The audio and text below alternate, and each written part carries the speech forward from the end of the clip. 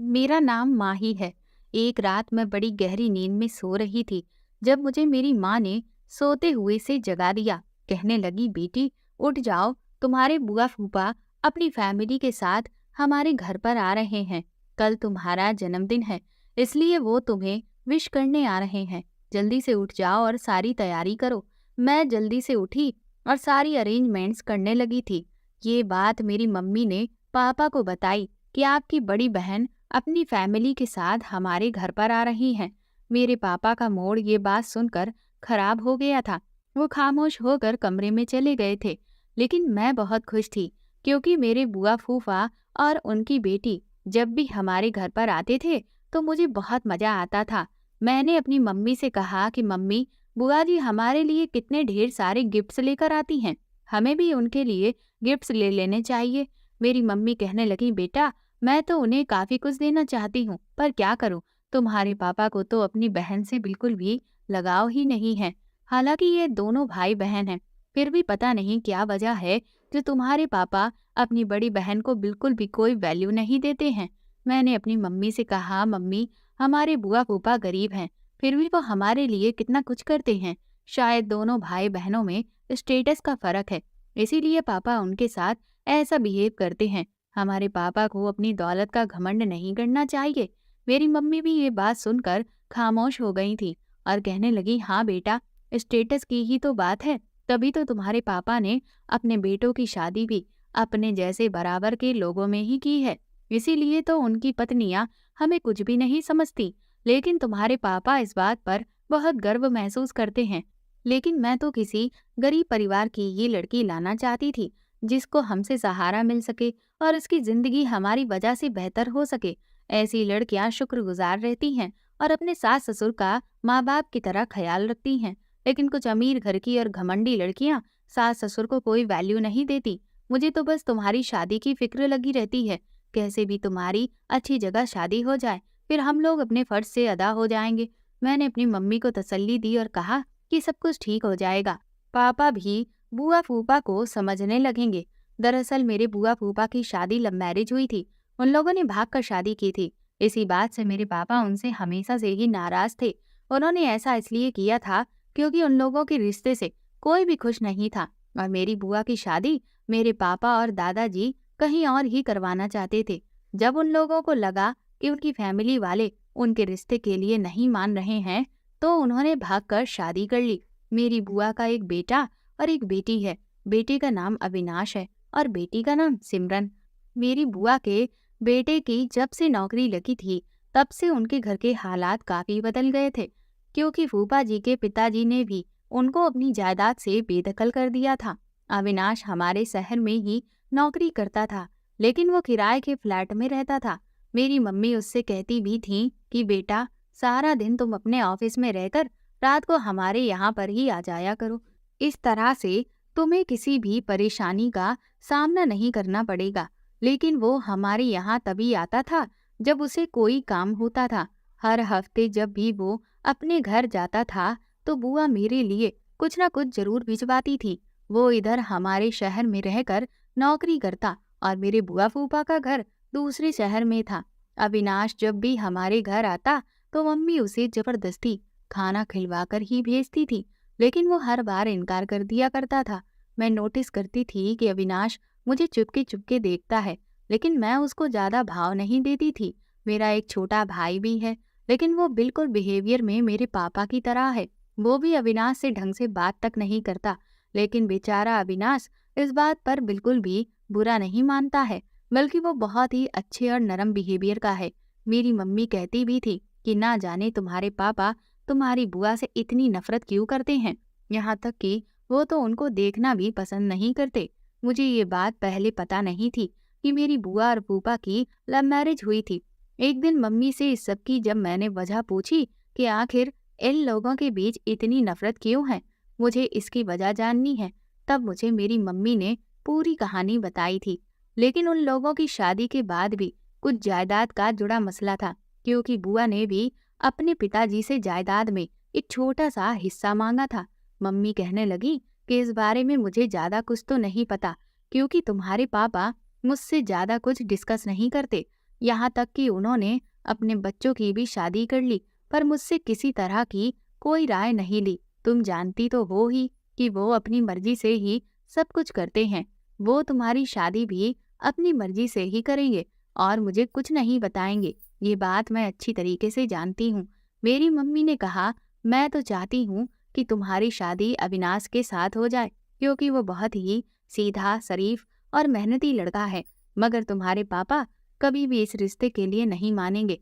वो तो अविनाश का नाम सुनते ही भड़क जाते हैं।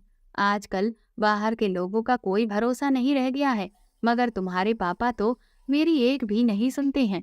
मेरे पहचान में ऐसे न जाने कितने लोग हैं जिन्होंने अनजान लोगों में अपनी बेटियों को ब्याह दिया और बाद में उन्होंने उनकी बेटियों की जिंदगी तबाह करके रख दी। इसके बाद मैं तो खाना बनाने में बिजी हो गई थी, क्योंकि मैं बहुत अच्छी कुकिंग करती थी और मेरी बुआ को मेरे हाथ का खाना बहुत पसंद था। वो लोग जैसे ही घर में आए तो मैं भागकर अपनी बुआ के गले जाकर लग गई थी। वो मेरे लिए बहुत सारे गिफ्ट्स लेकर आई थी। फूफा जी हमारे घर नहीं आए थे, क्योंकि जब पापा उनसे बात ही नहीं करते तो वो यहाँ हमारे घर आकर क्या करते। इसलिए वो अपने बेटे के फ्लैट में रुक गए थे। पापा हम लोगों को देख रहे थे। बुआ की बेटी सिमरन पापा के पास गई और उन्हें नमस्ते किया। पापा ने खामोशी से उसके सिर पर हाथ रखा और फिर वहां से चले गए। लेकिन मैं इन लोगों के घर आने से बहुत खुश हूँ। मैं अपनी बुआ और सिमरन को लेकर कमरे में चली गई और उन लोगों को अपना रूम दिखाने लगी थी। मेरी मम्मी हम लोगों के लिए जूस बनाकर ले आई। इधर मैं और सिमरन आपस में बातें कर रहे थे और उधर मम्मी और बुआ। फिर बुआ ने सिमरन के रिश्ते के बारे में बताया। उन्होंने कहा कि उनके ही दूर के रिश्तेदार हैं और वो लड़का बहुत शरीफ और अच्छा है, इसीलिए उन्होंने अपनी बेटी का रिश्ता तय कर दिया है। वो लोग काफी अमीर हैं और उन्हें हमारी सिमरन बहुत पसंद आ गई है। उन्हें दहेज में भी हमसे कुछ भी नहीं चाहिए। वो लोग लंदन से आए हुए हैं, क्योंकि उनका बिजनेस वहीं पर है। इसीलिए इस महीने सिमरन की शादी है और आप लोग जरूर आना। बुआ मम्मी से कहने लगी कि मैं चाहती हूँ कि शादी की वजह से घर में बहुत ज्यादा काम है, इसीलिए आप मेरे साथ माही को भी भेज दो। वो मेरे काम में हाथ बटा देगी और सिमरन को भी अपने मार्केट से जुड़े कामों में काफी मदद हो जाएगी। अब मेरी मम्मी पापा की वजह से बहुत कंफ्यूज हो रही थी, क्योंकि कहीं पापा मुझे बुआ के यहाँ जाने से मना ना कर दे। इसीलिए मम्मी खामोश रही, लेकिन मैं झट से बोल पड़ी और कहने लगी, जी बुआ जी, मैं जरूर आऊंगी। आखिर मेरी कजन की शादी है। मेरी मम्मी मेरी शक्ल को देख रही थी, लेकिन मैं जिद पकड़कर बैठ गई थी कि मुझे तो बुआ के घर जाना ही है। बुआ भी बार बार मम्मी से कह रही थी। फिर मम्मी ने जाकर पापा से ये बात की और उनको समझाया, तो फिर मजबूरन पापा को परमिशन देनी ही पड़ गई थी। मैं भी बहुत खुश हो गई थी और मेरी खुशी का कोई ठिकाना नहीं था। मैंने पापा को थैंक यू बोला, क्योंकि मेरा मन मेरी बुआ के घर पर बहुत लगता था। मैंने सिमरन से कहा कि तुम लोग उस शहर में इतने छोटे से घर में कितनी टफ लाइफ गुजार रहे हो। अब तो हर चीज की महंगाई बढ़ती चली जा रही है। मेरा तो दिल चाहता है कि तुम लोग भी इसी शहर में शिफ्ट हो जाओ। मेरी बात सुनकर सिमरन खामोश हो गई और कहने लगी, माही, हम गरीब लोग तुम अमीर लोगों का मुकाबला नहीं कर सकते। जितनी आसानी से तुम ये बातें कह रही हो, इतनी आसानी से तो कुछ भी नहीं हो सकता है। मेरी मम्मी पापा को अब इस बात की बहुत टेंशन है कि मेरी शादी कैसे होगी, और तुम हो कि इस दूसरे शहर में शिफ्ट होने की बातें कर रही हो। और दूसरी बात यह है कि नए शहर में घर बनाना और फिर वहां शिफ्ट होना कोई मामूली बात नहीं होती है। उसकी बात सुनकर मुझे अब बहुत अफसोस हुआ था कि मुझे सिमरन से इस तरह की बात नहीं करनी चाहिए थी। मैं उसकी फीलिंग को समझ सकती थी, लेकिन मुझे खुशी होती कि अगर वो लोग भी इसी शहर में शिफ्ट हो जाते तो हम लोग और करीब हो जाते, और फिर तो हम लोग जल्दी जल्दी आपस में मिलते जुलते रहते। फिर हमें मिलने के लिए इतने दिनों का इंतजार नहीं करना पड़ता। फिर मैं अपनी बुआ के साथ उनके घर आ गई थी। शाम के टाइम पर सिमरन और अविनाश छत पर बैठे हुए थे। मैं उन लोगों के लिए चाय बनाकर ले जाने लगी। अभी मैं पहली सीढ़ी पर कदम रख पाई ही थी कि तभी मुझे उन दोनों के बोलने की आवाज आ रही थी। सिमरन अविनाश को छेड़ रही थी कि क्या हम मेरी शादी के बाद तुम्हारे और माही के रिश्ते की बात करें। माही की और तुम्हारी जोड़ी बहुत अच्छी लगेगी। तभी अचानक अविनाश गुस्से से कहने लगा, तुम पागल हो गई हो क्या? ऐसे किसी के बारे में बात नहीं करनी चाहिए। तुम्हें पता है कि माही और मेरी फैमिली में काफ़ी फ़र्क है। हम लोग उनके स्टैंडर्ड के नहीं हैं। सिमरन अविनाश से कहने लगी, क्यों? तुम शहर में जॉब करके अच्छे खासे पैसे कमा रहे हो और आगे चलकर तुम्हारी जॉब से तुम्हें और भी ज़्यादा फ़ायदा होने वाला है।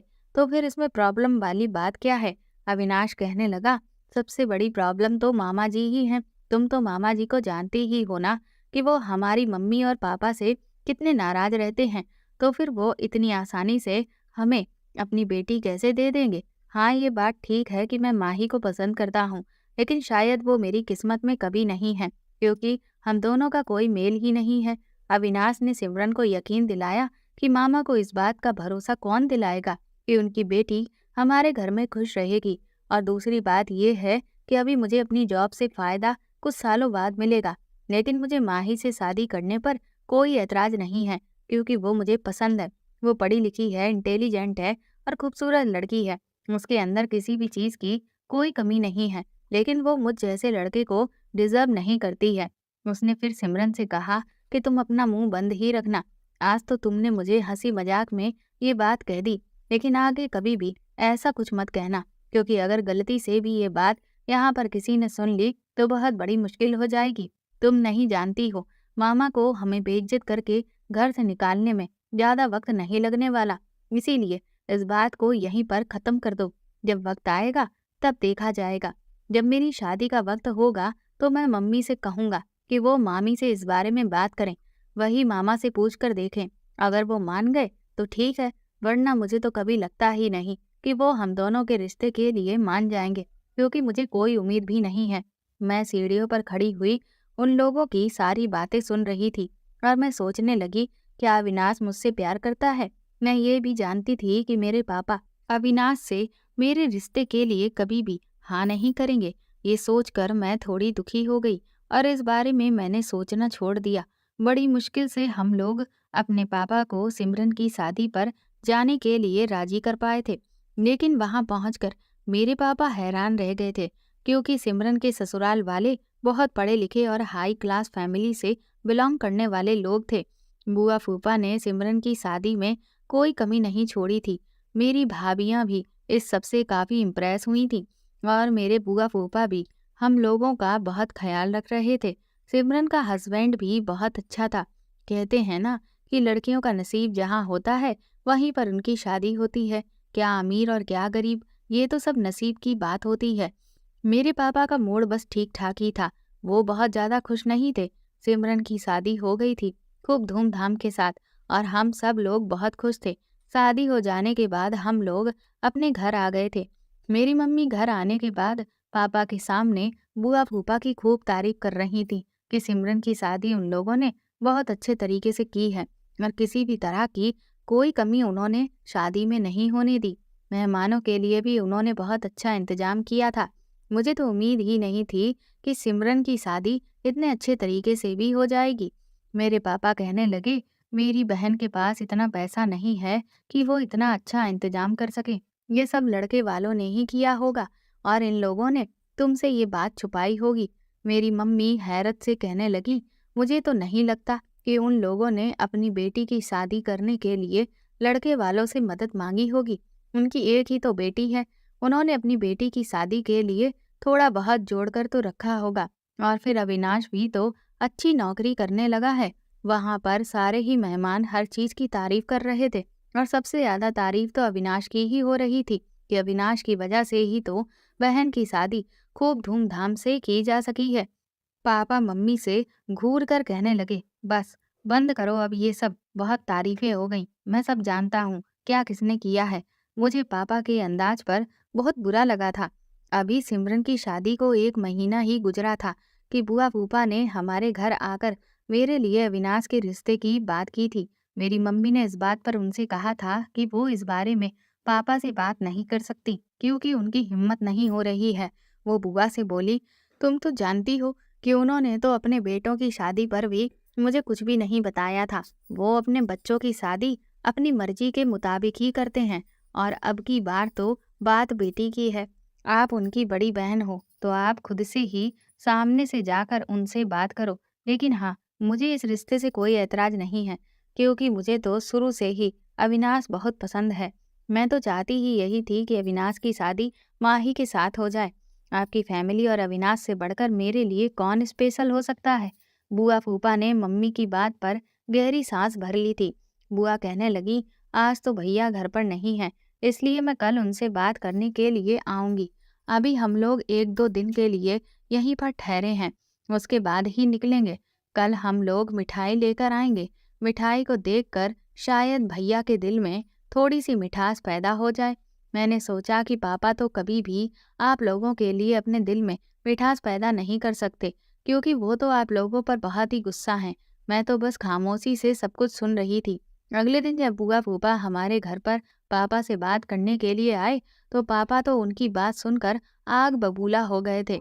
वो बुआ से कहने लगे, मैं तुम जैसे लोगों के बेटे से अपनी बेटी की शादी करवाऊंगा। तुम्हारा बेटा भी तुम ही लोगों की तरह इश्कबाजी के चक्कर में पड़ा हुआ होगा, जैसे कि कुछ सालों पहले तुम लोग पड़ गए थे और फिर भागकर शादी कर ली थी।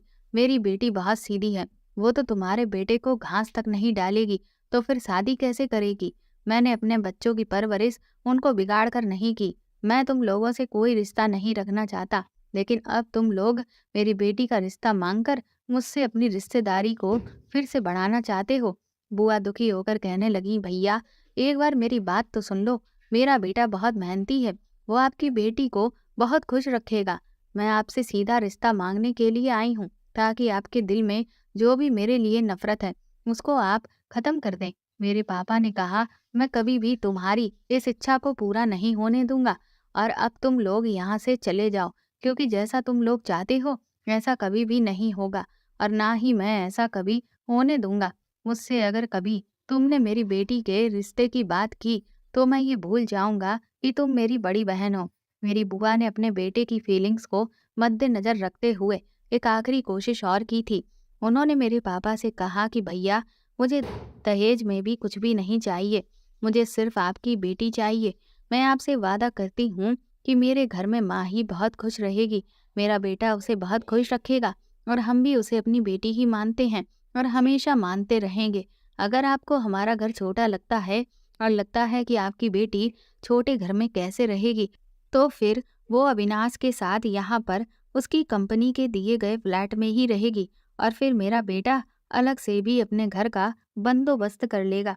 लेकिन उसमें बस हमें थोड़ा सा वक्त चाहिए। हमारा तो पहले से ही इरादा है कि अविनाश की शादी हो जाने के बाद वो माही के साथ इसी शहर में रहे, ताकि माही को भी अपने पेरेंट्स से मिलने में कोई भी दिक्कत ना हो। अगर आप चाहो तो इस बात को हमसे लिखवा भी सकते हो। अभी तो अविनाश कुंवारा है, तो अकेला ही जॉब के लिए यहाँ पर रहता है, बाद में अपनी पत्नी के साथ नए घर में रहा करेगा। मगर पापा तो बुआ की किसी भी बात को नहीं माने और उन्होंने साफ इनकार कर दिया। उन्होंने कहा कि चाहे कुछ भी हो जाए, मैं तुम जैसे लोगों में अपनी बेटी को नहीं दूंगा। आज मैंने पहली बार बुआ और फूफा दोनों की आंखों में आंसू देखे थे, क्योंकि वो अपनी भतीजी की शादी अपने बेटे के साथ करवाने के लिए इस हद तक झुकते चले गए थे कि वो मेरे पापा के सामने रोने भी लगे। और इधर मेरे पापा थे कि उनको तो किसी भी बात पर कोई फर्क ही नहीं पड़ रहा था। पापा तो गुस्से में आकर अपने कमरे में चले गए, लेकिन मम्मी बुआ फूफा दोनों को ही तसल्ली दे रही थी और उन दोनों से रोते हुए हाथ जोड़कर अपने पति की तरफ से माफी मांगने लगी। मैं भी रोते हुए बुआ फूफा को तसल्ली दे रही थी। वो दोनों मायूस होकर हमारे घर से चले गए। काफी दिन तक हम लोग भी उदास रहे थे। घर में एक अजीब सी खामोशी छाई हुई थी, लेकिन अचानक एक अमीर परिवार से मेरे लिए एक पढ़े लिखे लड़के का रिश्ता आ गया। मेरे पापा ने इस रिश्ते के लिए फौरन हाँ करके मेरी शादी की डेट भी फिक्स कर दी थी, क्योंकि अब मेरे पापा को मेरी शादी की बहुत जल्दी थी, क्योंकि वो बुआ और फूफा को दिखाना चाहते थे कि चाहे कुछ भी हो जाए, लेकिन वो अपनी बेटी की शादी अविनाश के साथ नहीं करवाएंगे। हम सब पापा के इस फैसले से बहुत हैरान थे, लेकिन पापा के आगे कोई कुछ नहीं कह सकता था, क्योंकि घर में सारे फैसले मेरे पापा के हिसाब से ही होते थे। यहाँ तक कि मुझसे भी मेरी मर्जी के बारे में नहीं पूछा गया था, और इस रिश्ते से इनकार करने की कोई खास वजह अभी हम लोगों के पास भी नहीं थी। लड़का स्मार्ट था, पढ़ा लिखा था, और अच्छी सोसाइटी में उसका घर था। उसका अपना बिजनेस था और एक बहुत बड़ा ऑफिस भी था। अपनी बहन और जीजा जी को मजा चखाने के लिए और जलाने के लिए मेरे पापा ने जल्द से जल्द मेरा रिश्ता तय कर दिया और सब लोगों को तसल्ली दिलाई कि लड़के वाले बहुत अच्छे हैं, वहां पर माही को किसी भी तरह की कोई कमी नहीं होगी। मैं इस बात को लेकर बहुत परेशान थी कि इतनी जल्दी जल्दी मेरी शादी हो रही थी। वो लोग भी हमारी तरह ही अमीर थे। मैं दुल्हन बनकर बहुत प्यारी लग रही थी, लेकिन कहीं ना कहीं मुझे अविनाश की भी याद आ रही थी। मेरे पापा ने बुआ और फूफा को जलाने के लिए उनको भी इनवाइट किया था, लेकिन मैं अपनी शादी से बहुत ज़्यादा खुश नहीं थी। हालांकि मुझे इस शादी से कोई ऐतराज भी नहीं था, क्योंकि अविनाश और मेरे बीच कोई इतना बड़ा भी मैटर नहीं था। हम दोनों बस एक दूसरे को सिर्फ पसंद ही करते थे। लेकिन हाँ, अगर हम दोनों की शादी हो जाती तो बात फिर कुछ और ही होती। मैं अविनाश को अच्छी तरह से जानती थी। वो मेरे लिए बिल्कुल परफेक्ट था, लेकिन ये अनजान इंसान, इसे तो मैं जानती भी नहीं थी। बस यही सोच सोच कर मैं थोड़ा बहुत उदास थी।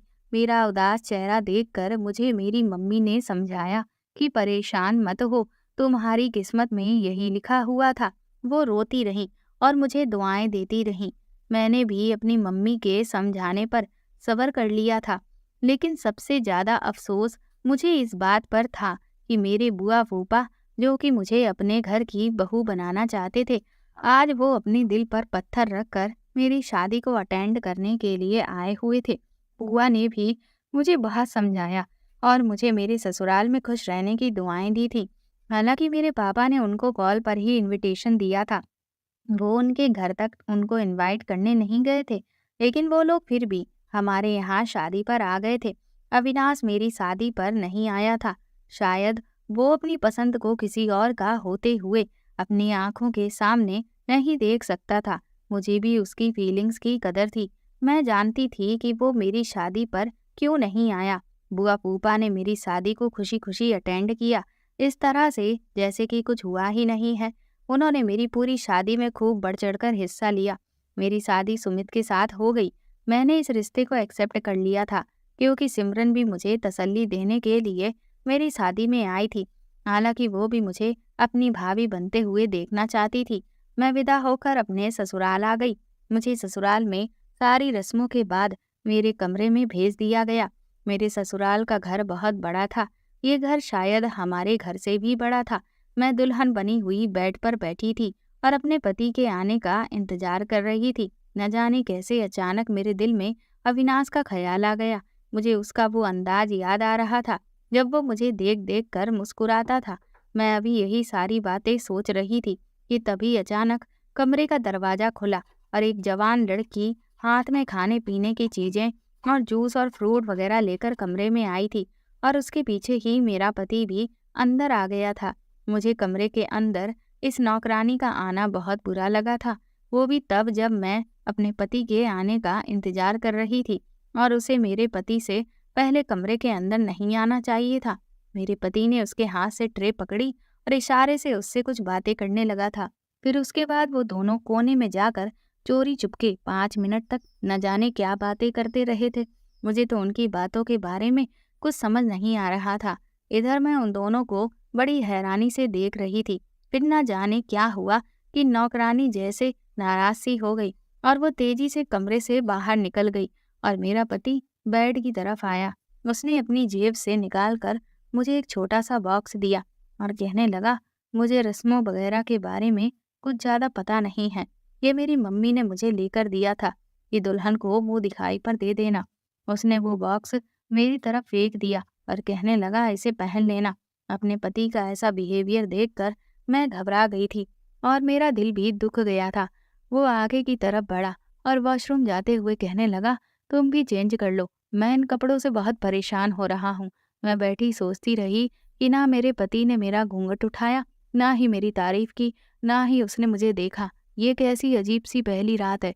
मैं बेड से उठी और अपने कपड़े चेंज करने लगी थी और उसके बाद अपनी जगह पर जाकर बैठ गई। मेरी आंखों में आंसू आ गए थे और मैं रो रही थी। मेरा पति बाथरूम से निकला और सोफे पर जाकर लेट गया था और उसे लेटते ही नींद आ गई थी। इस इंसान को मैं सारी रात ऐसे ही सोता हुआ देखती रही थी, लेकिन मुझे नींद नहीं आई थी। मैं समझ गई थी कि मेरे पति का बिहेवियर मेरे साथ बहुत रूखा सा है। इसी तरह से दिन निकल आया और मैं सारी रात रोती रही। सुबह फिर से वही नौकरानी मेरे कमरे में आई और नाश्ते की ट्रे अपने हाथ में लेकर आई। मेरा पति भी उठकर बैठ गया था और उसने फौरन ही नौकरानी के हाथ से नाश्ते की ट्रे ले ली और फिर से दोनों चुपके चुपके कुछ बातें करने लगे थे। थोड़ी देर उन दोनों की इसी तरह से बातें करते हुए गुजर गई। मैं तो उन दोनों को ऐसे देखकर बहुत जलन महसूस करने लगी थी। मुझे ये सब कुछ बहुत बुरा लग रहा था। मैं चाहती थी कि ये वक्त मेरा पति और मैं एक साथ बातें करके गुजारे, लेकिन वो तो इस नौकरानी के साथ बातों में बिजी था। नौकरानी कमरे से चली गई तो मेरा पति बाथरूम में फ्रेश होने चला गया और उसने वहीं सोफे पर बैठकर नाश्ता करना शुरू कर दिया। लेकिन उसने एक बार भी मुझे नाश्ते के लिए भी नहीं पूछा था। थोड़ी देर के लिए वो नीचे चला गया। दूसरी नौकरानी आई और मुझे नाश्ता देकर चली गई थी। मेरा कुछ भी खाने पीने का मन तो नहीं कर रहा था, लेकिन फिर मैंने थोड़ी सी चाय पी ली थी। थोड़ी देर के बाद मेरा पति कमरे के अंदर आया और कहने लगा, जल्दी से तैयार हो जाओ, तुम्हें मुझे पार्लर छोड़ना है। मैंने भी किसी भी बात के बारे में अपने पति से कुछ भी नहीं पूछा था, क्योंकि मेरे सर में दर्द हो रहा था।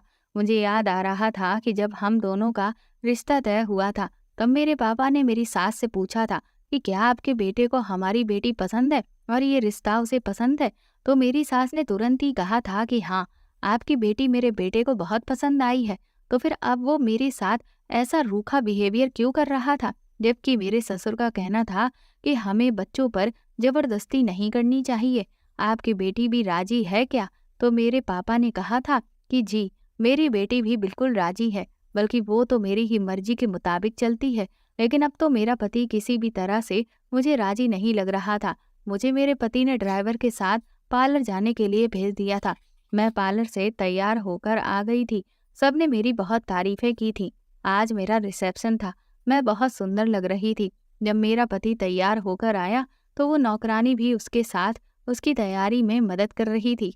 मैंने दिल में सोचा कि नौकरानी इतना इंटरफेयर क्यों कर रही है, जैसे मेरे पति के साथ रहना इसकी ड्यूटी है। मैंने सोच लिया था कि अभी मुझे इस घर में कुछ दिन और हो जाएं, उसके बाद मैं सबसे पहले इस नौकरानी को ही घर से बाहर निकाल दूंगी, क्योंकि ये मेरी पर्सनल लाइफ में बहुत इंटरफेयर कर रही थी। रिसेप्शन हो गया था। अगले दिन मुझे बहुत ज़्यादा थकान हो रही थी। सब मेहमान अपने घर को चले गए थे। मेरी सास ने खुशी खुशी मुझे सारे मेहमानों से मिलवाया था, लेकिन साथ ही साथ सारे मेहमान अपने अपने घर जाते समय मुझसे कह रहे थे कि बहू, जल्दी ही खुशखबरी सुना देना। उनकी बात सुनकर मैं तो कंफ्यूज हो गई थी कि आखिर वो कहना क्या चाहते हैं। भला इतनी जल्दी मैं उनको खुशखबरी कैसे सुना सकती हूँ? अभी मुझे इस घर में आए हुए कुछ दिन ही तो हुए हैं, और तो और मेरा पति भी मेरे करीब नहीं आता। करीब आना तो दूर की बात, वो मुझसे ढंग से बात तक नहीं करता। मैंने दिल से अपने पति को अब एक्सेप्ट कर लिया था, लेकिन वो मेरे साथ अच्छे से बिहेव नहीं कर रहा था। मेरे ससुराल वाले तो मुझसे काफ़ी खुश थे। मैं अपने सास ससुर की खूब सेवा किया करती थी, उनको खुश रखने की पूरी कोशिश करती थी। मेरा पति मुझे अभी तक हनीमून पर भी लेकर नहीं गया था। मैंने अपनी सास को ये बात बताने की कोशिश की कि मेरा पति मुझसे ठीक से बात तक नहीं करता है, तो मेरी सास ने कहा कि मेरा बेटा इन दिनों ऑफिस में उसे बहुत ज़्यादा काम है, वो बिजी है, इसीलिए थोड़ा परेशान रहता है। मैं भी अपने पति की मजबूरी समझते हुए समझौता करने लगी थी और मैंने अपने पति से कोई शिकायत नहीं की। मैं 2 दिनों के लिए अपने मायके चली गई थी। मेरा पति खुद मुझे मेरे मायके छोड़ने नहीं गया था, बल्कि उसने मुझे ड्राइवर के साथ भेज दिया था। मेरे घर वालों को ये बात बहुत बुरी भी लगी थी कि मेरे पति को मुझे मेरे मायके छोड़ने के लिए आना चाहिए था, और तो और वो बाद में भी नहीं आया था। अभी तक वो मेरी फैमिली वालों से घुला मिला नहीं था। मैंने अपने पति को कई बार कॉल की थी कि वो मुझे लेने के लिए आ जाए। मेरे मम्मी पापा उसे बुला रहे हैं, लेकिन उसने कह दिया था कि मैं ड्राइवर को लेने के लिए भेज रहा हूँ, तुम उसके साथ आ जाओ, मैं बहुत बिजी हूँ। मेरी मम्मी मुझे एक रात और रोकना चाह रही थी, मगर आधे घंटे के बाद ही मेरे पति ने ड्राइवर को भेज दिया। मेरी मम्मी मुझे याद करके रोने लगी थी और मेरे पति पर उन्हें गुस्सा आ रहा था। मेरी मम्मी रोते हुए पापा से शिकायत करते हुए कहने लगी, अगर अविनाश के साथ माही की शादी हो गई होती तो हम अपने घर में ही अपनी बेटी को रोक सकते थे। वो हमेशा हमारी आंखों के सामने रहती। गैरों का क्या भरोसा, ये लोग ना जाने वहां पर मेरी बेटी के साथ क्या सुलूक करते होंगे। मेरे पापा ने मम्मी को कोई जवाब नहीं दिया था और वो खामोश रहे। मैंने नोटिस किया था कि मेरे पति अपनी जवान नौकरानी को बहुत ज़्यादा वैल्यू देते थे। वो नौकरानी भी बड़ी अजीब-अजीब सी हरकतें करती रहती थी, जो मेरी तो समझ में नहीं आती थी। मेरा पति जैसा भी था, मेरी उससे शादी हो गई थी। वो मेरा पति था और मुझे सारी ज़िंदगी उसके साथ ही गुजारनी थी। कुछ भी करके मुझे अपने पति को अपने काबू में करना ही था, क्योंकि मेरा पति मुझसे ज़्यादा उस नौकरानी को अहमियत देता था। मेरे सास और ससुर के कहने पर मेरा पति मुझे अहमियत देता था, वरना तो वो ज़्यादातर मुझे इग्नोर करने की ही कोशिश करता था। जब मेरा पति ऑफिस से घर आता तो वो नौकरानी भाग कर आ जाती और उसके हाथ से ऑफिस का बैग पकड़ लेती थी। उनकी चीज़ें अपनी जगह पर रख देती थी। मेरे पति के कपड़े भी वो खुद ही निकाल कर दिया करती थी। जो काम मुझे करने होते थे वो सारे काम नौकरानी करती थी। मैं अगर अपने पति का कोई भी काम करने की कोशिश करती तो मेरा पति कहता, तुम जाओ, ये काम तो नौकरानी खुद कर लेगी। और मैं जबरदस्ती उसके काम को करने की कोशिश करती तो मेरा पति मुझ पर गुस्सा होने लग जाता था। मेरा पति कहता कि ये सारे काम नौकरों के होते हैं, तुम इस घर में महारानी बनकर रहा करो। मैंने एक बार अपनी सास से भी इस बारे में बात की थी, तो मेरी सास ने भी यही कहा था कि तुम इस घर में आराम से रहो, तुम्हें यहाँ पर कोई भी काम करने की जरूरत नहीं है। इन सारे कामों के लिए हमने नौकरानी को रखा हुआ है, ये सारे काम नौकरानियों के ही होते हैं। मैंने दिल में सोचा कि जो काम पत्नी के होते हैं वो तो पत्नी को ही सूट करते हैं। मैं अपने पति के काम खुशी खुशी कर सकती थी। पति के काम करना तो वैसे भी पत्नी का कर्तव्य होता है, लेकिन यहाँ पर तो मुझे मेरे पति का कोई भी काम करने दिया ही नहीं जा रहा था। मैं अपने मायके बहुत ही कम जाती थी, क्योंकि मुझे अपने पति की फिक्र लगी रहती थी कि कहीं मेरे आगे पीछे वो नौकरानी मेरे पति को मुझसे दूर ना कर दे। मेरे पति का बिहेवियर मेरे साथ बिल्कुल पहले जैसा ही था। मेरी शादी को धीरे धीरे 2 महीने हो गए थे और हम दोनों पति पत्नी ने एक दूसरे से अब तक ढंग से बात तक नहीं की थी। मैं अपनी सास से हर बार कहती कि ये नौकरानी मेरे पति के बहुत काम करती है, तो मेरी सास मुझे बातों ही बातों में टाल दिया करती थी। कहती थी कि ये काम नौकरानी के हैं, तुम टेंशन मत लो।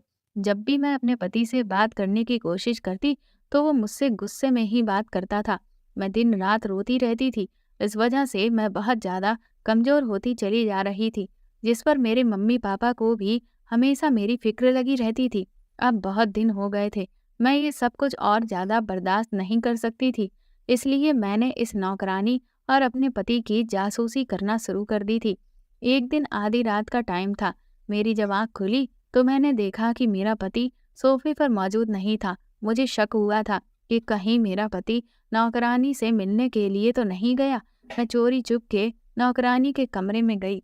नौकरानी के कमरे का दरवाज़ा उस वक्त खुला हुआ था और सामने मैंने जो नज़ारा देखा उसे देखकर मेरे पैरों तले से जमीन निकल गई थी कि नौकरानी अपने बेड पर बैठी हुई थी और मेरा पति नौकरानी की गोद में सर रखकर लेटा हुआ था।